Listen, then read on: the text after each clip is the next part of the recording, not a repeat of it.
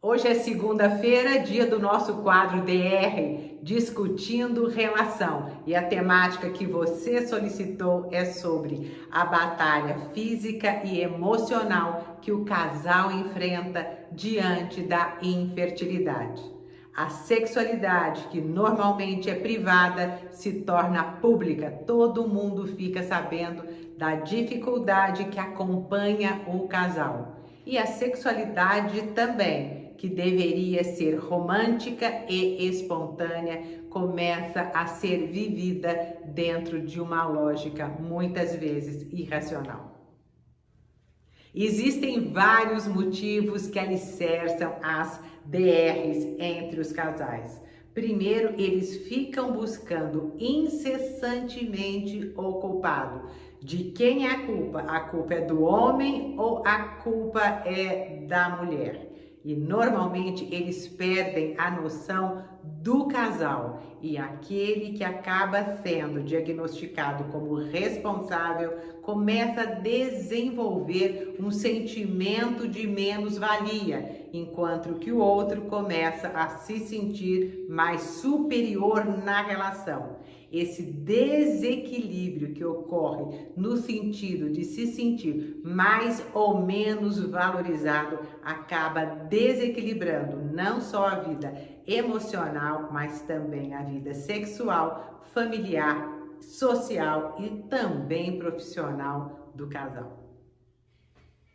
Outro motivo frequente de DR nesse caso é: contamos ou não para as nossas famílias de origem e para os nossos amigos. Normalmente, a família de um dos cônjuges é mais acolhedora, então eles acabam optando por contar, mas a outra família também teria o direito de saber, mas a outra família, ela tem mais expectativas e tem atitudes de julgamentos muito graves. Então, conta, não conta, conta para quem? E se contar para uma, será que não deveríamos contar para outra? Mas uma guarda segredo, a outra não guarda segredo. Então, eles acabam brigando por conflitos familiares que muitas vezes já são pré-existentes e que a temática da infertilidade vai apenas colocar lenha na fogueira.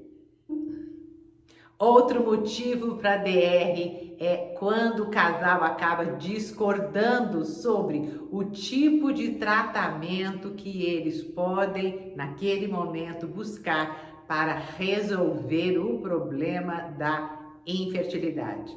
Será que vai ser com esse médico? Será que vai ser com outro médico? Será que vai ser onde a gente mora ou a gente vai procurar uma clínica mais especializada? O planejamento desse tratamento, que inclui também a questão econômica, começa a fazer com que aquele sonho de ter um filho possa estar virando um pesadelo.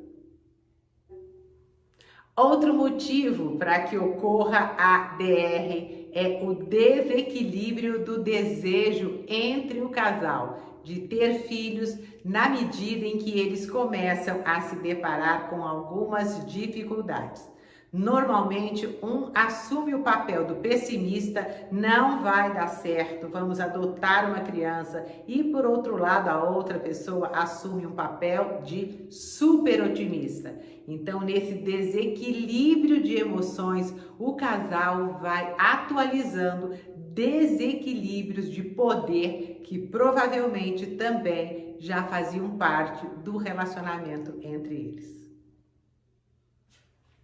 Outro motivo para DR, que também está relacionado com o desequilíbrio entre o casal, é que, na verdade, quando a mulher se submete à fertilização in vitro, ela sofre alterações corporais, perde a própria identidade e se sujeita a uma série de hormônios que acabam desequilibrando o seu estado de humor. Por outro lado, o seu companheiro, que não vive essas alterações hormonais, na maioria das vezes tem dificuldade de compreender o que está acontecendo também. Então, a diferença da vivência em relação à própria fertilização vai desequilibrando o casal e vai fazendo com que eles vivam uma montanha russa de emoções, onde o maquinista às vezes perde o controle. Outro motivo para DR é que muitas vezes a mulher quer que o homem viva a angústia do tempo da mesma maneira que ela vive. É claro que ela vive de forma diferente, afinal de contas é o organismo dela que está na expectativa de receber de forma positiva todo o tratamento para que os embriões se desenvolvam, se mantenham vivos e para que a gravidez seja confirmada. Nessa ansiedade da espera, nesse relógio que parece não caminhar, a vivência é absolutamente diferente. O mundo dela se restringe à própria fertilidade, enquanto que o homem acaba vivenciando outros aspectos da sua vida pessoal. Essa cobrança de que tenham que sentir e viver as mesmas emoções acaba também gerando discórdias entre os casais. As diferenças também da maneira como cada um lida com a frustração, quando algumas tentativas começam a não dar certo, acaba sendo também o motivo para gerar discussões que muitas vezes podem inclusive acabar com o casamento. Muitas vezes a mulher quer tentar mais vezes ou o homem quer tentar mais vezes e eles acabam não chegando num acordo. E muitas vezes a mulher se rebela dizendo que não é o corpo dele que está se sujeitando àquelas medicações que muitas vezes fazem com que a estima dela se torne cada dia mais rebaixada. Essa dificuldade de encontrarem uma harmonia nas decisões que precisam ser tomadas a cada fase do tratamento acabam também gerando discórdias entre o casal.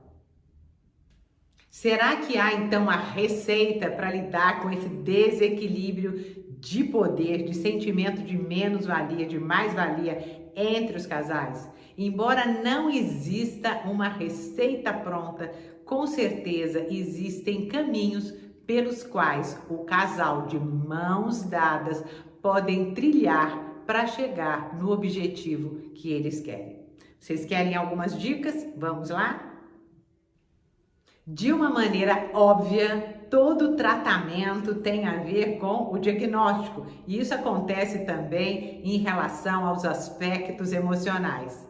Se toda essa discórdia acaba sendo fruto da falta de diálogo, da falta de compreensão entre os cônjuges, é fundamental que se busque um apoio psicológico. Sim, uma ajuda para que o diálogo venha a se tornar possível.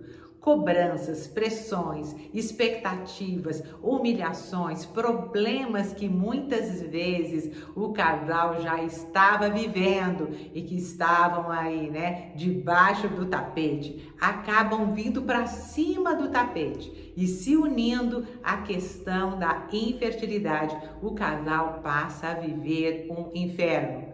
Utilizando a metáfora do inferno, me ocorreu que o terapeuta seria aquele bombeiro que inicialmente iria apagar essas chamas iniciais para tentar realmente verificar as causas originais do desgaste desse casal que muitas vezes já estavam vivendo assim há muito tempo.